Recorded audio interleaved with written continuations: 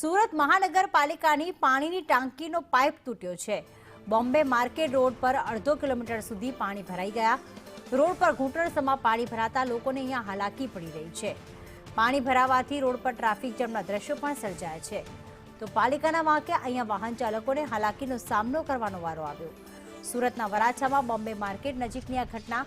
સુરત મહાનગરપાલિકાની ઓવરહેડ પાણીની ટાંકીનો પાઇપ ફાટી ગયો। ડેમ તૂટ્યો હોય તેવી રીતે અડધો કિલોમીટર રોડ પર પાણી ભરાઈ ગયા છે। બોમ્બે માર્કેટની સામેના રોડ પર ગોઠણ સુધીના પાણી ભરાયા છે। વાહન ચાલકોને અહીંયા હાલાકી। અહીંયા Bombay market number old Bombay માર્કેટના સામે ગેટ નંબર 1 છે। એના સામે જસ્ટ સામે એસએમસીનો પાણીનો ઝોન છે। પાણી જ્યાં પાણીની ટાંકી છે મોટી, એમાંથી પાણીની ટાંકીમાંથી કોઈ પાઇપ ફાટી ગઈ છે।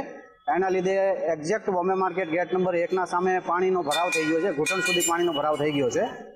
એટલે અત્યારે લોકોને થોડો મુશ્કેલનો સામનો કરવો પડશે, કારણ કે આ ઘૂંટણ સુધી પાણી ભરાઈ ગયો છે ને અત્યારે લોકોને ઘરે જ આવવાનો ટાઈમ થઈ ગયો છે। એટલે રિંગ રોડ ઉપરથી લોકોને આવવાનો સમય થઈ ગયો છે, એટલે થોડો મુશ્કેલનો સામનો કરવો પડશે।